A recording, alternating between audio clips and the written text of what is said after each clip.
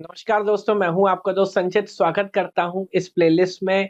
यहां पर हम बात कर रहे हैं टीओसी के बारे में। कंप्लीट प्लेलिस्ट है, शानदार तरह से फोड़ा है। अभी बात कर रहे हैं रेगुलर लैंग्वेज आइडेंटिफिकेशन पे। तो बहुत सारे प्रैक्टिस प्रॉब्लम सॉल्व किए हैं और अब मौका है कुछ प्रीवियस ईयर क्वेश्चन मार डालने का।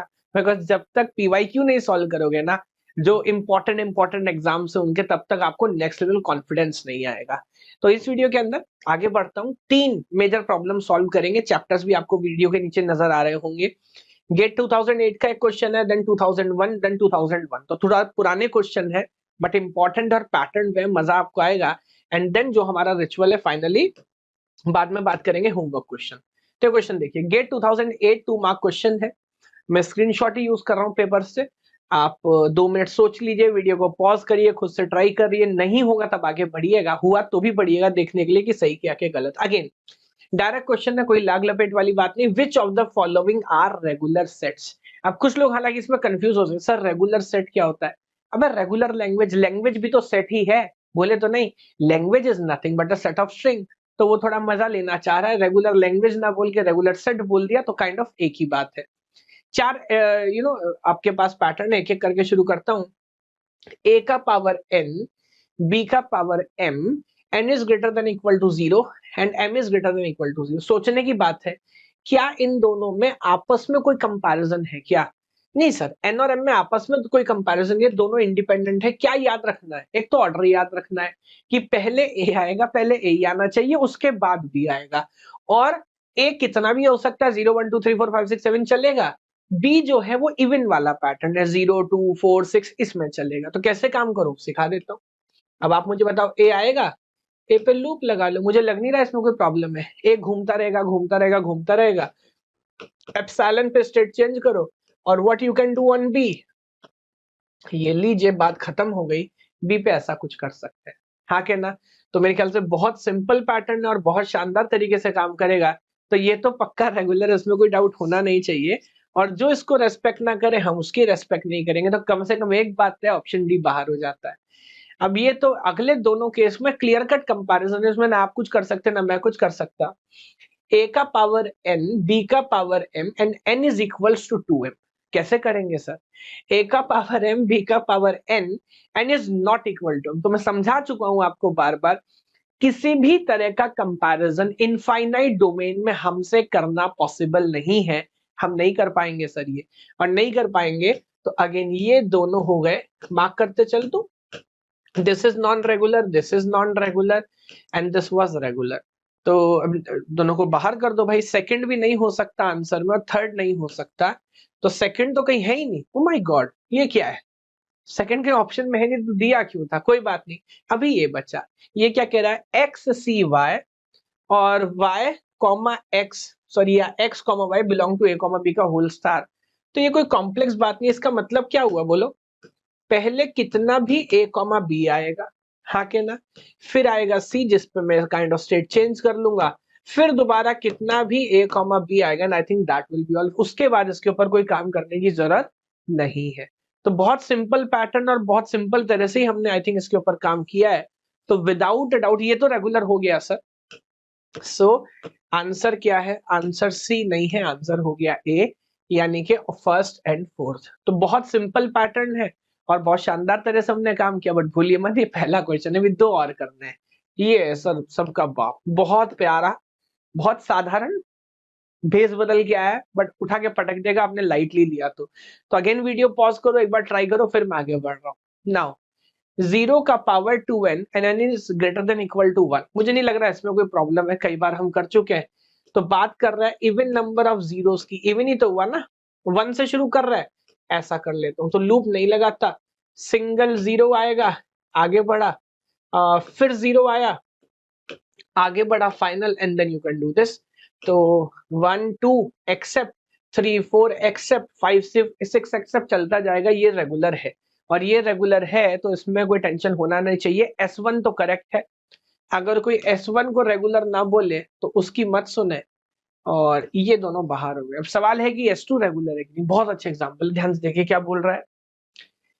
0 का पावर m हम चला लेंगे, कितने भी वैल्यू कितनी बार रिपीट हो कोई टेंशन नहीं है। उसके बाद 1 का पावर n, ये भी चला लेंगे सर। क्योंकि ऑर्डर ही तो है। क्या एन और एम में अभी तक कोई डायरेक्ट कंपैरिजन है? नहीं, दोनों अलग अलग है, ये भी हैंडल किया जा सकता है। बट ये जो इसने लिख दिया ना, तीसरी बात, 0 का पावर n प्लस m, ये कैसे करोगे भाई? ये तो डायरेक्ट कंपैरिजन है। तो कहने का मतलब ये है, मान लीजिए अगर ये आया 10 बार, ये आया 15 बार, तो ये टोटल मिलके 25 आना चाहिए। और भाई मैं तो सिंपल एडिशन, अब मैं तो सिंपल कंपैरिजन नहीं कर पा रहा अभी। आप मुझसे एडिशन कराना चाहते हो कि ये दोनों मिलके जितनी बार है उस बेस में थर्ड वैल्यू डिसाइड करूं, तो ऑब्वियसली ऐसा हो ना पाएगा। ये डायरेक्ट करना हमसे पॉसिबल नहीं है। तो दिस इज नॉट करेक्ट। इसका मतलब यहां भी आंसर होगा ए, यानी कि S1 जो है वो रेगुलर है, S2 रेगुलर नहीं है। इतने सारे केस कर लेने के बाद काम करने में तो जरूरत बचती है क्या? नहीं सर। आपका यूनिवर्सिटी एग्जाम हो, कोई भी पेपर हो, मुझे लगता है इतना फंडामेंटल अंडरस्टैंडिंग बिल्डअप हो गया कि अब आपको यहां तक पहुंच गए ना प्लेलिस्ट में, मजा आने लगेगा करना पूरा। एक दिन बैठ के सब मत करना, थोड़ा थोड़ा देखो। 5-6 वीडियो देख ली, देखोगे तो 1.5 या 2x पे, मुझे पता है। कभी कभी तो मुझसे नॉर्मल बात में कोई बात करता है, बच्चा कहता है लगता है सर स्लो मोशन में बात करो, पूरी जिंदगी 2x पे दिखाया। तो कोई बात नहीं, यू टेक योर टाइम, लेकिन जो करो ढंग से करो, कंप्लीट करना प्लेलिस्ट, और कुछ रहेगा नहीं सर। यस, आगे बढ़ता हूं। लास्ट क्वेश्चन, डब्ल्यू वाले पैटर्न पे ऑलरेडी कई केसेस हमने सॉल्व किए हैं, ये भी करते हैं, देखिए मजा आएगा आपको। कहां से शुरू करूं? पहले आसान से शुरू करता हूं। 0 का पावर 2i, ये फिर इवन वाला है। अब आप देखोगे क्वेश्चन भी सॉल्व करने जाओगे ना यार, गिनती के 5-7 पैटर्न है, वही घुमा घुमा के पूछते रहते हैं, बच्चा पता नहीं क्यों परेशान है। तो ये वही वाला पैटर्न है, इसे तो मैं एक्सप्लेन नहीं कर रहा। 100% दिस इज रेगुलर, इतनी बार हमने बना लिया इवन नंबर ऑफ जीरोस। ये गेम सोचने वाला है। ये क्या कह रहा है? अच्छा, मैं रेगुलर बोल रहा हूँ और 3 को रेगुलर बोल रहा हूँ, तो जो 3 ना बोले उसे बाहर कर दो, ऑप्शन ए को बाहर कर देता हूँ। यस, तो देखो ये बोल रहा है आई का square, and I is an integer, तो मैं 0 से भी शुरू करूंगा। तो लेट मी से 0 का पावर 0, 1 का स्क्वायर 1, 2 का स्क्वायर 4, 3 का स्क्वायर 9, 4 का स्क्वायर 16, इस पैटर्न में आगे बढ़ेगा। अब मेरे भाई मुझे एक बात बताओ, यहाँ पे 1 का डिफरेंस, 3 का डिफरेंस, यहाँ 5 का डिफरेंस, यहाँ 7 का डिफरेंस, इस तरह का कंपैरिजन करोगे कैसे? सिंगल अल्फाबेट पे आप बोलोगे सर डबल अल्फाबेट तो नहीं, तो कंपैरिजन तो नहीं है। भाई एक तरह का एपी बनना चाहिए। अब आप मुझे बोल रहे हो ना इवन 2, 4, 6, 8, 6, 8, 10, तो मैं क्या करूं, साइकिल बना पा रहा हूं ना लेंथ 2 की। इधर कितने लेंथ का साइकिल बना है? क्योंकि आपका लैंग्वेज इनफाइनाइट है। हमारे फाइनाइट ऑटोमेटा में फाइनाइट नंबर ऑफ स्टेट्स हैं। इनफाइनाइट लैंग्वेज को फाइनाइट नंबर ऑफ स्टेट से कैप्चर करने का यही एक तरीका है कि लूप या साइकिल बनाई जाए।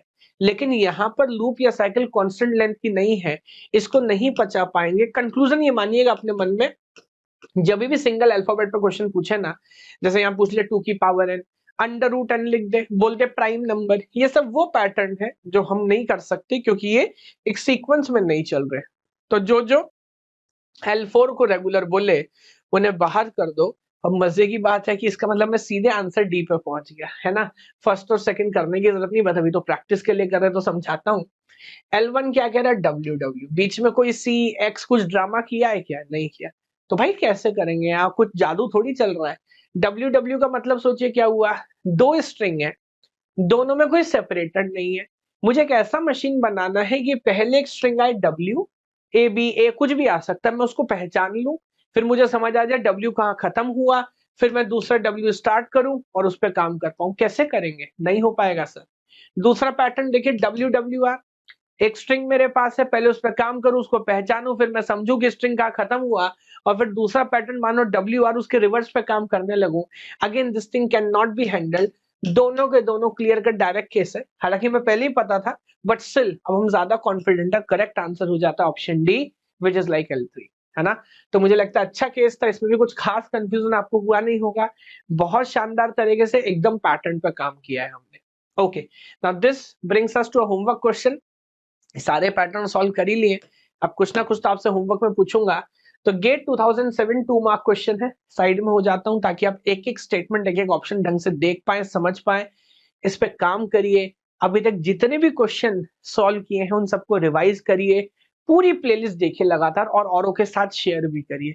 बहुत काम किया, और बच्चे भटकते रहते हैं, ये टॉपिक उधर से, वो टॉपिक इधर से, वो टॉपिक उधर से, बट लगातार काम किया और शानदार तरह से काम किया है। एक बार देखने लगेंगे ना, पूरा सब्जेक्ट खत्म हो जाएगा, और बाकी सब्जेक्ट पे भी काम किया है। तो सब्सक्राइब करिए, वीडियो को लाइक करिए, इस क्वेश्चन का आंसर मुझे कमेंट में बताइए और अगली वीडियो पे चले जाइए। Yes, thank you so much. भगवान आप सभी को खुश रखे। जय हिंद, जय भारत।